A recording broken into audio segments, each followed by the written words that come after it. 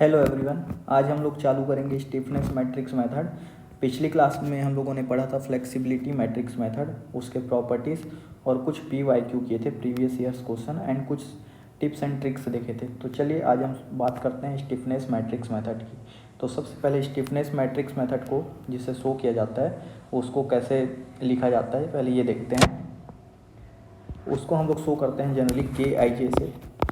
KIJ ये element है matrix का। इसका मतलब क्या होता है पहले आप लोग को ये समझाता हूँ। जैसे कि फ्लेक्सिबिलिटी मैट्रिक्स में क्या था आप लोग का, J कोऑर्डिनेट डायरेक्शन में आप लोग क्या करते थे, फोर्स देते थे, एंड I कोऑर्डिनेट में आप लोग क्या करते थे, डिस्प्लेसमेंट निकालते थे। यहाँ जस्ट उल्टा होता है, force developed in coordinate direction I when unit displacement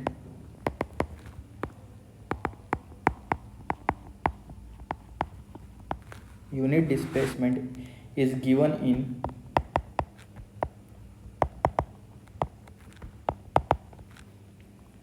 coordinate direction J without giving displacement in any other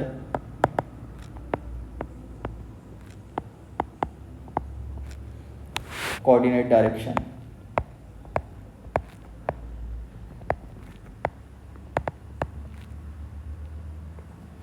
Or we can say KIJ ये क्या है, element of ith row jth column. पिछली बार की तरह अगर मैं देखूं तो डिटर्मिनेशन ऑफ स्टिफनेस मैट्रिक्स क्या रहेगा, डिटर्मिनेशन ऑफ स्टिफनेस मैट्रिक्स ये क्या हुआ देखते हैं। अगर मेरे को मैट्रिक्स का jth रो निकालना है, jth कॉलम निकालना है, तो मैं क्या करूँगा, jth कोऑर्डिनेट पे क्या करूँगा, यूनिट डिस्प्लेसमेंट दूंगा, एंड बाकी कोऑर्डिनेट डायरेक्शन में क्या करूँगा, फोर्स फाइंड आउट करूँगा। और डिस्प्लेसमेंट एंड फोर्स का आप लोग को बता चुका था, डिस्प्लेसमेंट मैं दे सकता हूँ या तो डिफ्लेक्शन के फॉर्म में या तो फिर रोटेशन के फॉर्म में रेस्पेक्टिवली। मैं जो फोर्स फाइंड आउट करूँगा वो किस फॉर्म में होगा, किसी फॉर्म में भी हो सकता है, फोर्स या फिर मोमेंट के फॉर्म में। तो चलिए जैसे jth कॉलम फाइंड आउट करना है, jth कॉलम, तो ये क्या क्या हो जाएगा, K1J, K ये 1 है, 2J, K 3J, लाइकवाइज। ठीक है, यहाँ तक किसी को कोई डाउट? नेक्स्ट अपना हेडिंग है प्रॉपर्टीज ऑफ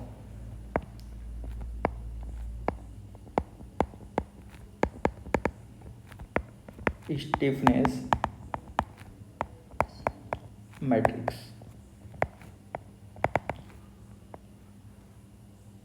जो भी हम लोगों ने प्रॉपर्टी पढ़ा था फ्लेक्सिबिलिटी मैट्रिक्स मेथड में, जैसा कि सबसे पहला क्या था, स्क्वायर सिमेट्रिकल मैट्रिक्स होना चाहिए। यहाँ पे भी क्या होगा, स्क्वायर सिमेट्रिकल मैट्रिक्स होना चाहिए, स्क्वायर सिमेट्रिकल होना चाहिए। दूसरा हम लोगों ने क्या पढ़ा था, डायगोनल एलिमेंट क्या होने चाहिए, always positive. Diagonal element are always positive. तीसरा हम लोगों ने पढ़ा था जो एलिमेंट आता था फ्लेक्सिबिलिटी मैट्रिक्स मेथड में, वो डिस्प्लेसमेंट रहता था, लेकिन यहाँ पे आपका क्या रहेगा, एलिमेंट क्या रहेगा, फोर्स रहेगा। तो लिखेंगे element in the stiffness matrix are forces and order of matrix क्या रहेगा, फ्लेक्सिबिलिटी मैट्रिक्स में क्या था ऑर्डर, जिसका उसका क्या था, स्टैटिक इनडिटर्मिनेसी था, लेकिन यहाँ पे स्टिफनेस मैट्रिक्स में हम लोग क्या चेक करेंगे, उसका काइनेमेटिक इनडिटर्मिनेसी। इसका मतलब काइनेमेटिक इनडिटर्मिनेसी जितने डिग्री का होगा उतना ही उसका ऑर्डर होगा मैट्रिक्स का। से इनडिटर्मिनेट ये है 2 डिग्री का, तो मैट्रिक्स का ऑर्डर क्या होगा, 2/2। समझ गए, ये इंपॉर्टेंट है।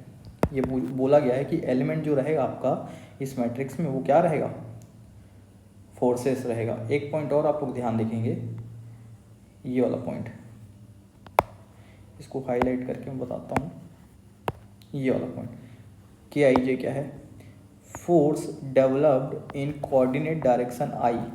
आई पे कोऑर्डिनेट, आई कोऑर्डिनेट पे मैं क्या कर रहा हूँ, फोर्स फाइंड आउट कर रहा हूँ। क्यों, यूनिट डिस्प्लेसमेंट दिया हूँ मैं जेड कोऑर्डिनेट डायरेक्शन में, साथ ही ये इसका condition without giving displacement in any other coordinate direction. ये चीज़ मैं एग्जांपल के थ्रू बताऊंगा कि मैं क्या बोलना चाह रहा हूँ, ये अभी के लिए ध्यान रखेंगे। क्या बोला गया है, force developed in coordinate direction I when unit displacement is given in Z coordinate without giving displacement in any other coordinate direction. चलिए एक एग्जांपल ले लेते हैं, उसके थ्रू समझने की कोशिश करते हैं। चलिए एग्जांपल, जो एग्जांपल हम लोगों ने वहाँ पे लिया था वहीं यहाँ पे लेंगे। यहाँ पे स्टिफनेस मैट्रिक्स फाइंड आउट करेंगे, वहाँ पे क्या किए थे, फ्लेक्सिबिलिटी मैट्रिक्स। ये आपका फर्स्ट कोऑर्डिनेट था, ये आपका सेकंड कोऑर्डिनेट था, and this one is your third coordinate. ठीक है, नोट लिखेंगे। यहाँ पे क्या करना है, stiffness matrix we have to find out. कितने बाय कितने का होगा, solution order of matrix will be, कितने बाई कितने का होगा, 3/3। क्यों, क्योंकि 3 को कोऑर्डिनेट दिया हुआ है। अब एक नोट लिखेंगे, नोट ये बहुत इंपॉर्टेंट है इसलिए लिखवा रहा हूँ। Number of coordinate chosen while developing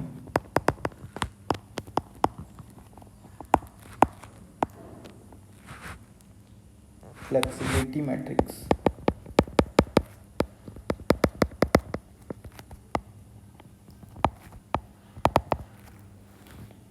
are same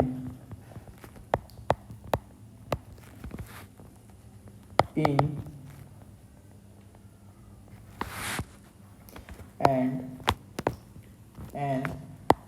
same direction while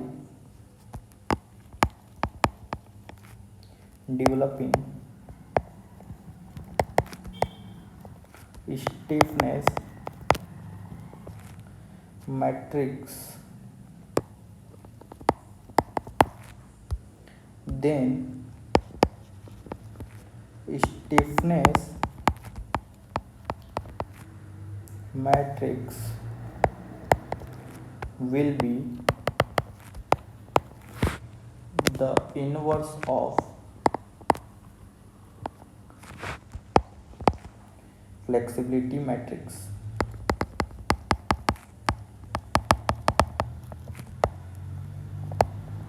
ये बहुत इंपॉर्टेंट बोला गया, ये बोला गया स्टेटमेंट, अगर आप लोग सेम कोऑर्डिनेट चूज़ कर रहे हैं flexibility matrix on stiffness matrix में, तो जो आपका स्टिफनेस मैट्रिक्स होगा वो क्या होगा, फ्लेक्सिबिलिटी मैट्रिक्स जो आप लोगों ने फाइंड आउट किया था उसका इन्वर्स होगा। सिमिलरली अगर आप लोग फ्लेक्सिबिलिटी मैट्रिक्स फाइंड आउट करना चाहते हैं और स्टिफनेस मैट्रिक्स दिया हुआ है, तो सिंपली आप लोग स्टिफनेस मैट्रिक्स का इन्वर्स फाइंड आउट कर लीजिए, तो आप लोगों को फ्लेक्सिबिलिटी मैट्रिक्स मिल जाएगा। चलिए फर्स्ट कॉलम के लिए बनाते हैं। फर्स्ट कॉलम,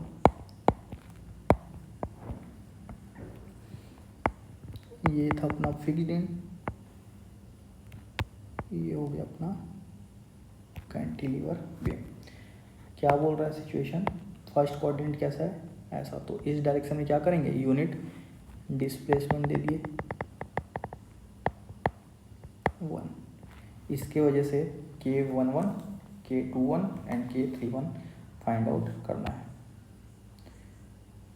तो अगर मैं डेल्टा निकालता तो क्या होता है फॉर्मूला, PL/AE, डेल्टा की वैल्यू दी हुई है 1 यूनिट, तो P यहाँ से कितना आ गया, AE/L, यही आपका क्या हो जाएगा, K11।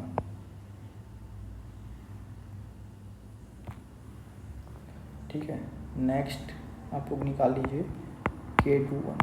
बताएंगे अगर मैं इधर डिस्प्लेसमेंट दे रहा हूँ तो उसके वजह से कुछ फोर्स जनरेट होगा, सेकंड कोऑर्डिनेट में नहीं होगा, तो ये हो जाएगा 0। सिमिलरली अपवर्ड डायरेक्शन में कोई रिएक्शन जनरेट होगा, नहीं होगा, तो K31 इज ऑल्सो 0। ये आपका first column complete.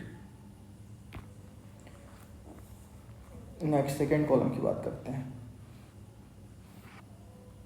Second column बहुत इंपॉर्टेंट है, ध्यान से देखेंगे। सेकंड कॉलम,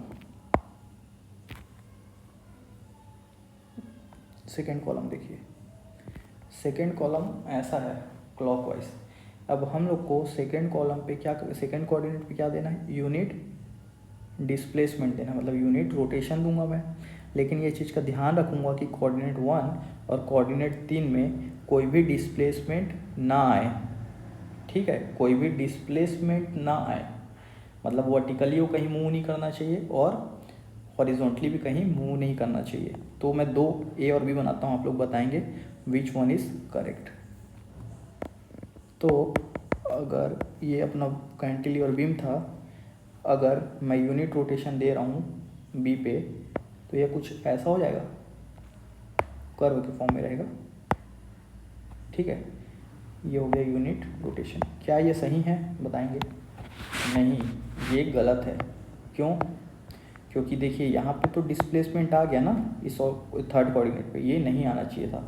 तो बी को क्या करेंगे, नीचे आने से रोकने के लिए मैं वहाँ पे हिंज प्रोवाइड कर दूंगा, तो इसको मैं ऐसा चेंज करूँगा।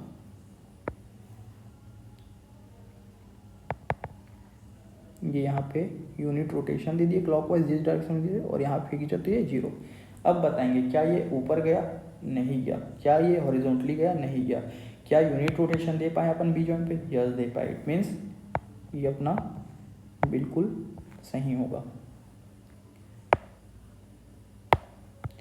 ठीक है, तो ये बताइए इस 1 यूनिट रोटेशन दिया हूँ उसके वजह से यहाँ पे मोमेंट कितना जनरेट होगा। तो हम लोग जानते हैं थीटा इक्वल टू क्या होता है, ML/4EI when far end is fixed. तो यहाँ पे 1 that is theta equal to क्या होता है, ML/4EI। ये हम लोगों ने कहाँ पढ़ा था, मोमेंट डिस्ट्रीब्यूशन मेथड में। तो यहाँ से अगर मैं M फाइंड आउट करूँ तो क्या लिख सकता हूँ, 4EI/L। और सिमिलरली फार एंड फिक्स्ड है तो यहाँ पे इसका जस्ट हाफ चल देगा। कैसा, ये जैसे क्लॉकवाइज है तो यहाँ पे भी कैसे जाएगा, क्लॉकवाइज ही जाएगा, कितना, सेम साइन का हाफ। तो यहाँ पे क्या हो जाएगा, 2EI/L। यहाँ तक समझ में आया किसी को, किसी को नहीं आया होगा तो पूछ लीजिए। तो अगर मैं निकालूँ K1 2, वो कितना हो जाएगा, 0। क्यों, क्योंकि हॉरिजॉन्टल डायरेक्शन में कोई भी रिएक्शन नहीं आया। और मैं ऐसा भी निकाल सकता था K21, देखिए तो K21 कितना आया था, 0 आया था, तो यहाँ से भी प्रूफ हो गया K12 भी 0 आएगा। Now next is your K22। Second coordinate direction में क्या निकालना पड़ेगा, movement due to unit rotation. तो मूवमेंट कितना आया है 4EI/L, ये हो गया। नेक्स्ट क्या निकालना है, नेक्स्ट K32 का मतलब ये है कि यहाँ पे मेरे को क्या निकालना पड़ेगा, फोर्स थर्ड कोऑर्डिनेट में फोर्स निकालना पड़ेगा अपवर्ड डायरेक्शन में ड्यू टू ये रोटेशन की वजह से। तो यहाँ पे क्या हो जाएगा, रिएक्शन आ जाएगा, यही बोलना चाह रहा है ना, रिएक्शन आ जाएगा। तो देखिए यहाँ पे 4EIL का क्लॉकवाइज हो रहा है, यहाँ पे 6EIL का, तो ओवरऑल 6EIL का क्लॉकवाइज, तो उसको बैलेंस करने के लिए एंटी क्लॉकवाइज बनेगा। तो एंटी क्लॉकवाइज यहाँ पे अपवर्ड 6EI/L² का रिएक्शन, यहाँ पे डाउनवर्ड कितना 6EI/L² का। ये समझ में आया क्यों, देखिए बताता हूँ। क्योंकि ये आप लोग को कैसा घुमा रहा था, रेड वाला क्लॉकवाइज घुमा रहा था, तो उसको बैलेंस करने के लिए ग्रीन वाला एंटी क्लॉकवाइज घुमाया सेम साइन के साथ, ठीक है। तो इस तरह से आता है आपका 6EI/L², ठीक है। तो ये हो गया आपका रिएक्शन, यहाँ पे कितना आ गया, अपवर्ड आया है, देखिए अपवर्ड कितना 6EI/L², कोऑर्डिनेट भी कितना था, अपवर्ड ही था, तो ये पॉजिटिव में 6EI/L², ठीक है यहाँ तक। नाउ थर्ड कॉलम की बात कर लेते हैं।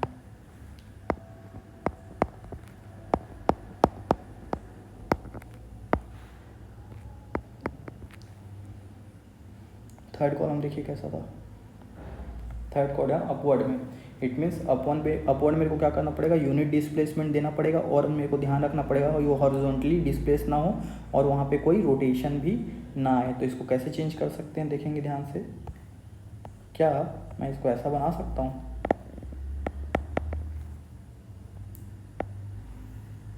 ये था मेरा कैंटिलीवर, क्या मैं इसको ऐसा कर सकता हूँ, देखेंगे। ये हो गया आपका फिक्स,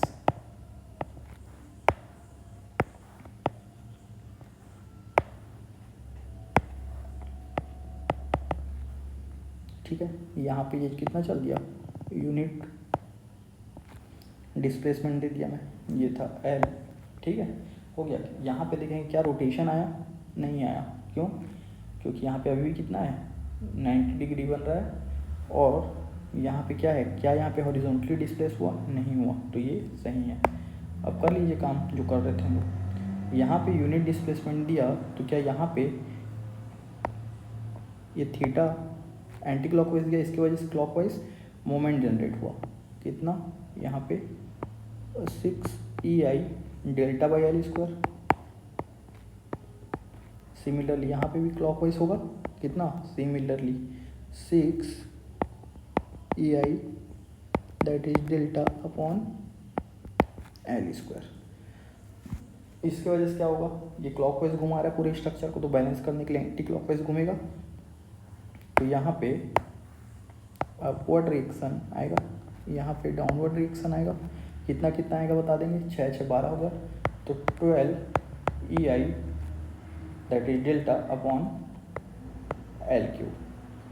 12EI Δ/L³, ठीक है। मोमेंट इंटू L, इसलिए यहाँ पे क्या था 6EI/L² और इंटू ये वाला L, तो 12EI/L³, ठीक है। तो निकाल लीजिए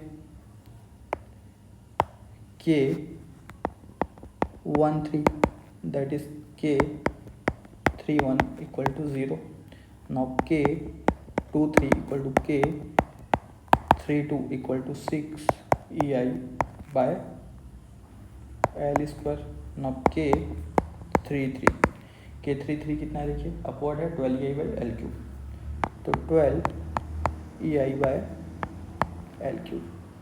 तो मैट्रिक्स कंप्लीट हो गया। तो चलिए तीनों कॉलम हो गए ना, तो मैट्रिक्स बना लेते हैं, दैट इज K मैट्रिक्स 3/3। 3 का। चलिए एलिमेंट फिल करते हैं। पहला कॉलम देखिए, ए बाई एल और 0 0, ए बाई एल और 0 एंड 0।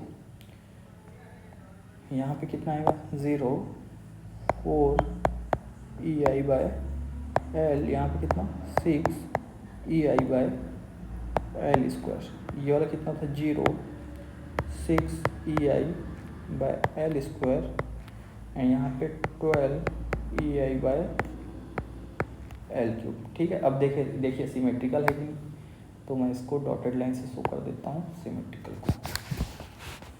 इस लाइन के अबाउट देखिए तो सिमेट्रिकल है कि नहीं।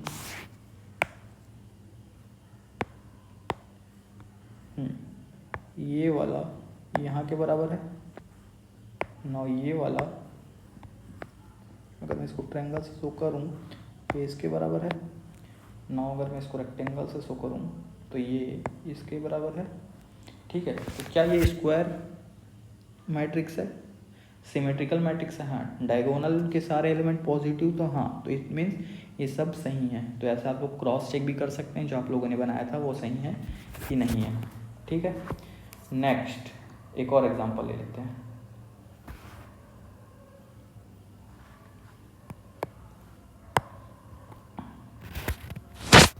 क्वेश्चन,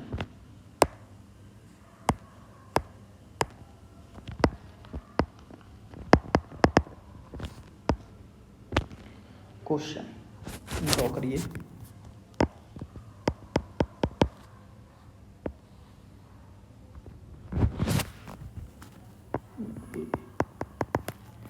बीच में जो 2 जगह रूलर लगा लेता हूँ। ये आप लोग को प्रॉपर्टी लिख लीजिए। यहाँ की प्रॉपर्टी है 2i, यहाँ की है i से, यहाँ की है 2i। ये मान लीजिए 8 मीटर, ये 4 मीटर एंड ये भी 4 मीटर। कोऑर्डिनेट बना लीजिए। मान लीजिए ये आपको कोऑर्डिनेट है, फर्स्ट कोऑर्डिनेट क्लॉकवाइज, ये आपका सेकंड कोऑर्डिनेट। आपको बोला गया है K11 निकालने के लिए, K11 निकालने के लिए एंड K21 निकालने के लिए। कैसे करेंगे? अगर K11 निकालने के लिए बोला है और K21 निकालने के लिए बोला है, इसका मतलब ये हो रहा है कि आपसे फर्स्ट कॉलम निकलवा रहा है। ठीक है, इसका मतलब ये है फर्स्ट कॉलम निकालना है। फर्स्ट कॉलम निकालने के लिए आप फर्स्ट कोऑर्डिनेट पे क्या करेंगे, यूनिट डिस्प्लेसमेंट देंगे एंड दोनों कोऑर्डिनेट पे क्या करेंगे, फोर्स निकालेंगे। तो चलिए चालू करते हैं।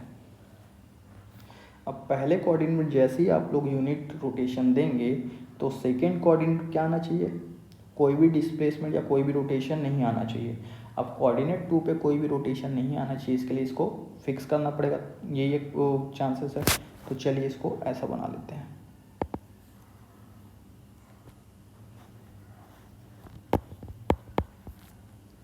यहाँ पे तो एज इट इज, यहाँ पे ये वाला को फिक्स करना पड़ेगा और ये तो फिक्स था, इसको फिक्स मानना पड़ेगा। ठीक है, तो डिफ्लेक्टेड शेप मेरा कैसा हो जाएगा,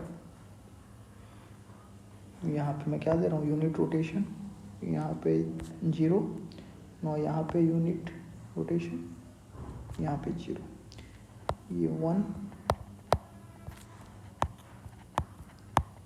ये 1। ठीक है, यहाँ तक समझ में आया। अब इसको तो निकालना हम लोग जानते हैं, हम लोग तो स्ट्रक्चर एनालिसिस से पढ़े हैं ना कि कैसे निकालते हैं। तो जैसे ही मैं यूनिट रोटेशन दिया तो क्या होगा, यहाँ पे मोमेंट डेवलप होगा, कितना बोलेंगे 4 EI/L। तो ये आपका आ गया 4 EI कितना 2I।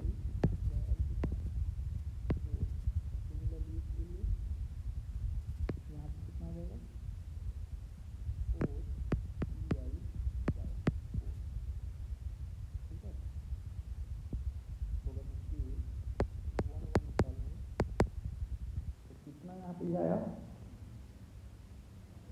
कितना मोमेंट जनरेट हुआ, यहाँ पे इसको 4 से 4 कैंसिल आउट, तो 2EI प्लस 4 से 4 कैंसिल आउट EI, यहाँ पे आ गया 3EI।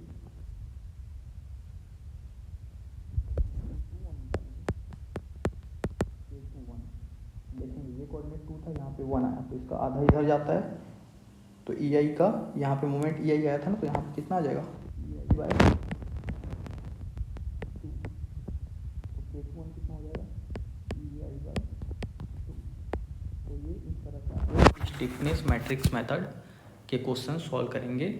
ठीक है, एक और क्वेश्चन आता है, इसको हम लोग कल की क्लास में या फिर इसके PYQ में सॉल्व कर लेंगे। एक क्वेश्चन जो पूछा जाता है आप लोग से, इसको मैं नोट्स के फॉर्म में लिखा देता हूँ। स्टिफनेस मैट्रिक्स जो होता है आप लोग का, फ्लेक्सिबिलिटी मैट्रिक्स का इनवर्स होता है। ये पॉइंट आप लोग नोट बना के लिख लेंगे, ये पूछा भी जाता है और इससे क्वेश्चन भी आता है। इसके क्वेश्चन हम लोग PYQ में कर लेंगे। ठीक है, आज के लिए इतना ही।